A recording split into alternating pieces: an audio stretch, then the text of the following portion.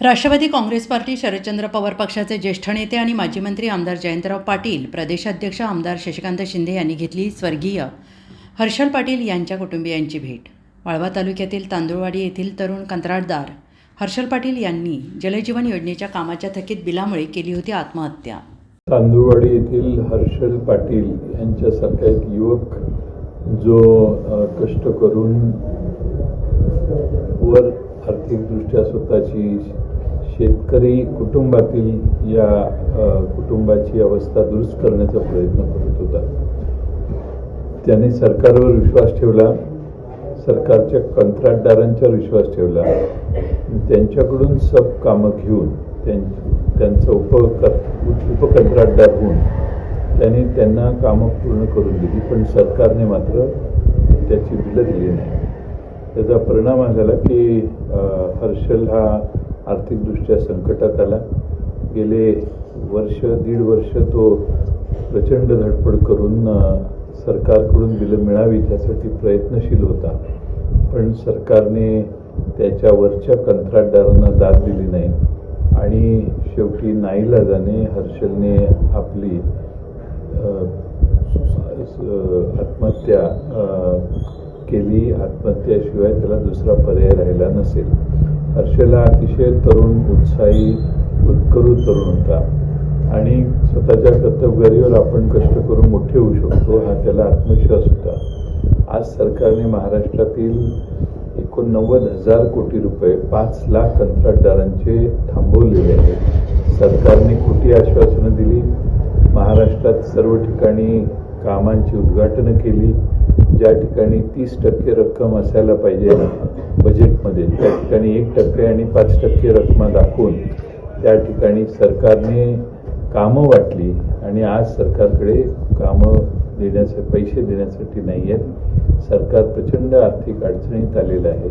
सरकारने महाराष्ट्रातल्या जनतेला भूलथापा दिल्या, त्याचा परिणाम आज महाराष्ट्रातल्या तरुण उद्योजक, महाराष्ट्रातील तरुण कंत्राटदार, महाराष्ट्रातील तरुण शेतकरी या सर्व घटकांच्यावर व्हायला लागलेलं आहे आणि सरकारने वारेमाप आश्वासनं खिशात पैसे नसताना दिल्यामुळं महाराष्ट्राची फसवणूक त्यांच्याकडून झाली आहे।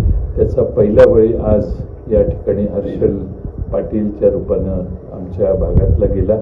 मी वारंवार सांगत होतो कंत्राटदारांना, सरकारवर भरोसा ठेवून कामं घेऊ नका, घेतलीच तर सरकार जेवढं पेमेंट देणार आहे तेवढीच कामं करा। फार आगाऊ सरकारच्या कामावर विश्वास ठेवून काम करू नका। आज जसं महाराष्ट्रात शेतकऱ्यांच्या आत्महत्येचं सत्र आजही सरकारला थांबवता आलं नाही, तसं आता हे कंत्राटदारांच्या आत्महत्येचं सत्र सुरू होतंय का काय अशी आम्हा सगळ्यांना भीती आहे। सरकार या दृष्टीनं पूर्णपणाने इथं हर्षल पाटील याचा मृत्यू झाल्यावर इथले कुणीही सरकारी अधिकारी त्याला भेटायला आले नाहीत, पोलीस पंचनामा करून गेले। या कुटुंबाला काय मदत लागणार आहे, काय करायला पाहिजे ह्याच्याकडे सरकारकडून पूर्ण दुर्लक्ष करण्यात आलेलं आहे। सरकारचे मंत्री म्हणतात तो आमचा कंत्राटदार नव्हता। अरे पण ज्यांचा होता त्याच्या खाली हा कंत्राटदार होता। ज्या कंत्राटदारांची बिलं तुम्ही वेळेवर दिली असती तर हर्षलला आत्महत्या करायची गरजच लागली नसती। पर्यायाने सरकारच या आत्महत्येला जबाबदार आहे, यात काही शंका नाही। आज महाराष्ट्रातील एक सुशिक्षित अशा तरुणाचा आज दुर्दैवाने आत्महत्येचा मृत्यू झाला। मी आणि जयंत पाटील साहेब या ठिकाणी त्यांच्या कुटुंबांना सांत्वन भेटीसाठी आलो होतो। हे हर्षल पाटील म्हणून त्या तरुणाचं नाव आहे। शासकीय कामाच्या संदर्भातून त्यांनी घेतलेल्या कामातून सरकारकडून पैसे वेळेत न मिळाल्यामुळे त्या दुर्दैवाने या तरुणाने स्वतःला संपून घेतलं।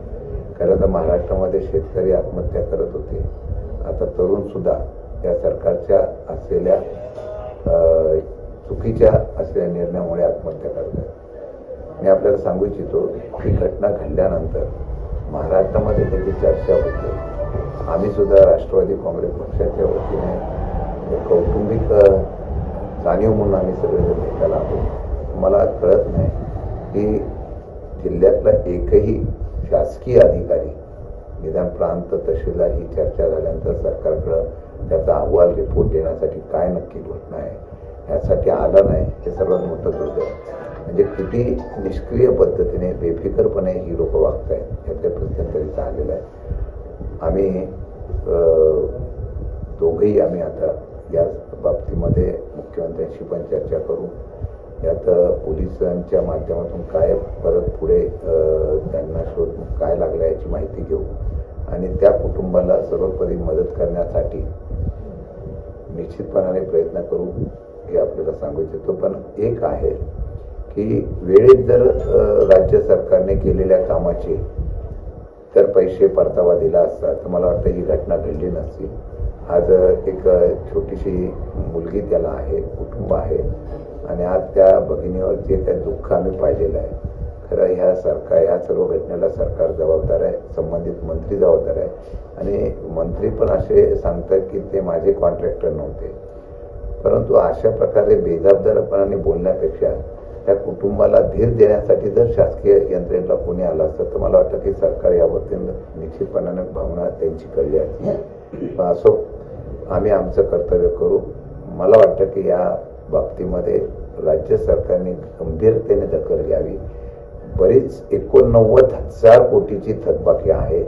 अनेक जिल्ह्यामध्ये सुशिक्षित अशा प्रकारचे बेरोजगार जे आहेत, सुबेला जी कामं मिळतात ते तरुण बँकेचे किंवा खाजगी कर्ज काढून ही कामं पूर्ण करतात.